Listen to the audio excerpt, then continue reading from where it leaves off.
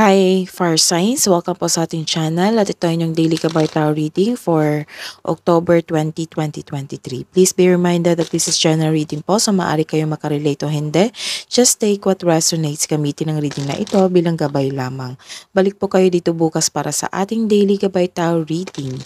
Please like, subscribe, and click bell button for notification para po updated kayo sa daily tarot reading natin. Para po sa gusto magpa-reading, maaari nyo pong makuha ang link na sa description box po ito. Message nyo lang po ako sa Messenger. Maraming salamat po. Spirit guides, ano po ang ganap today para po kay Aries, Leo, and Sagittarius ngayong October 20, 2023?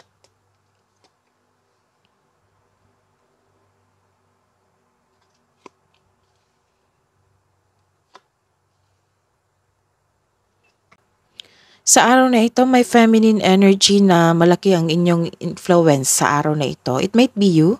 It might be you or kasamahan mo sa bahay o sa inyong trabaho. Basta po, feminine energy. Malakas ang inyong intuition ngayon.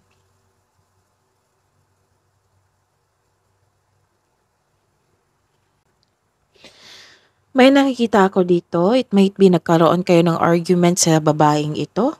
Kasi this is conflict po. This is hardship, conflict, or arguments. Nagsasuffer kayo ng dahil sa babaeng ito. Or it might be tinutulungan kanya sa inyong problema. Problema kasi kayong paulit-ulit lang nangyayari. Opo. Kaya nagkaroon ng argument dito. Wow, this is a wish come true. Granted yung manifestation nyo po, a wish come true or a gift received. So this is a gift or abundance. Wow. Makaka-receive kayo ng abundance, gift, or connection. It might be a friendship na nagkaroon kayo, nagkabati na kayo ngayon ng inyong kaaway, ka-argue last day. Opo, kasi this is happiness. This is love. You are healing. Nagkaroon ng improvement. Your wish is come true. Opo.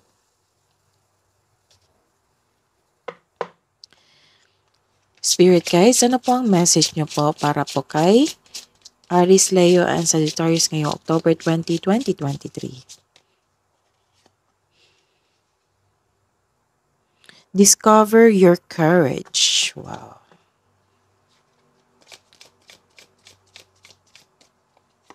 And raise your standards. Sobrang taas. Yan.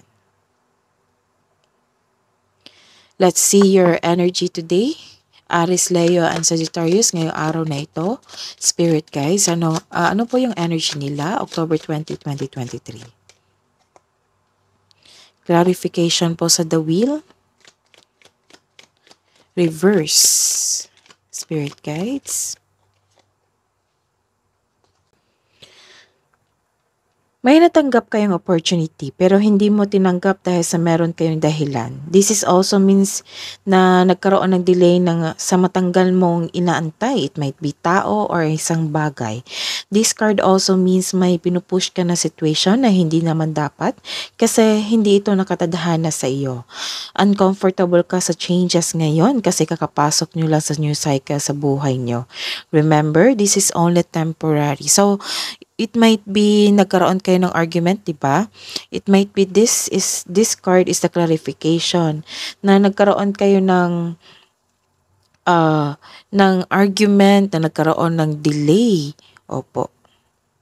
And this is a karma. Sa araw na ito, makaka-receive kayo ng karma. Karma sa mga ginagawa nyo before.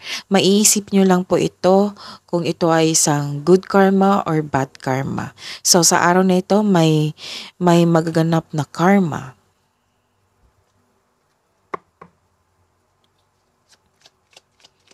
Let's see your career and money. Aries, Leo, and Sagittarius sa araw na ito, October 20. Spirit guides.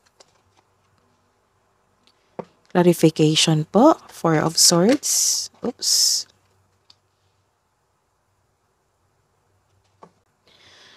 stress at pagod kayo ngayon sa inyong trabaho, gusto mo mag-leave muna o magbakasyon. Ang pagpahinga ay nakapagbigay ng increased productivity and a healthier mental state. So, nakikita ko dito sobrang pagod ka sa inyong trabaho. So, it's time na magkaroon ng vacation leave. May ganap na groupings or collaboration dyan sa trabaho mo o sa negosyo. Itong mga taong ito ay buo ang suporta sa iyo. Maari rin ito yung family mo na buo ang support sa iyo. Magkakaroon kayo ng outing with your friends or company outing. So, you are taking time to yourself na mag-vacation leave. You are planning a outing, but mostly ito ay isang company outing. So, it might be marerelax ka nito sa araw na ito. Spirit guides, sa love and romance po para kay Aries, Leo, and Sagittarius sa araw na ito, October 20, 2023.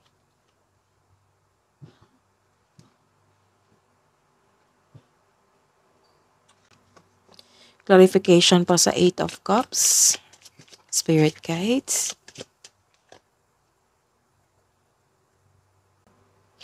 You are walking away from a relationship that no longer serves you. Posibleng nagkaroon ng unhealthy relationship kaya nagdesisyon ka na iwan ito. It may be ikaw to o kapareha mo. Pwede rin ito sa pamilya mo o matalik mong kaibigan. Makaka-receive ka ng hindi magandang balita. Maka-encounter ka ng immature na tao, ayaw binabalaan. Nagkaroon din ng frustration dito kasi walang progress sa inyong relasyon or progress sa inyong sarili. Gusto mo mag-shortcut para matapos na ito. If we want the results, build concrete plan without rushing. So, mostly ito ay isang you have a concern sa inyong self-growth.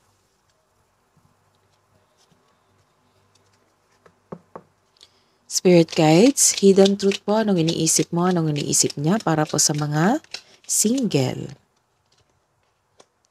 So many things reminds me of you. I replay our conversations over and over. So, isa sa inyo na-miss mo siya or ikaw, na-miss ka niya sa mga single dyan. Para po sa mga may relasyon, I wish I had treated you better. So, nagsisi na. I know that I crossed the line with you. So, nagsisi na, nag-iisip na siya na nasaktan ka niya. Ayun, guilty na po siya. Spirit guys, self-love po, love advice po para sa mga Aries, Leo, and Sagittarius ngayong October 20. Hydrate. So, inom kayo ng maraming tubig ngayon kasi you felt exhausted sa sobrang dami ng inyong trabaho dito. And, soak in a bath. So, it's time to heal yourself, to give time for yourself. Babad mo na sa tubig para ma-relax kayo, ma-re-energize. Sa mga may relasyon, nagkaroon ng confusion. All seekers of truth experience confusion. Ask the divine to provide the answers you need. Ano pa po yung advice niyo po para sa couple natin na Aries, Leo, and Sagittarius ngayong October 20, 2023? Let love show you how to learn from each other. Spirit guides, kabuang advice niyo po sa araw na ito, October 20, 2023, para po kay Aries, Leo, and Sagittarius ngayong October 20 po.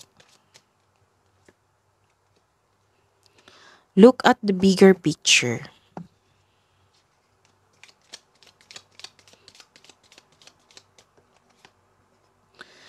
Believe in the impossible.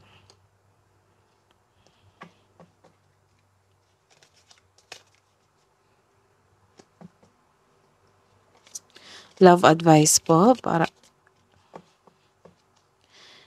Spirit guides, angels, archangels, guardian angels. Message nyo po para kay Aries, Leo, and Sagittarius. Message from Archangel Gabriel. Shimmer with the diamond light. Express your creativity. Message from Archangel Raziel. Seek and you will find. Be a wise one. Wise one. That is your reading today. Fire signs, balik po kayo dito bukas. Please like, subscribe, and click bell button for notification para po updated kayo sa daily tarot reading natin. Maraming salamat po.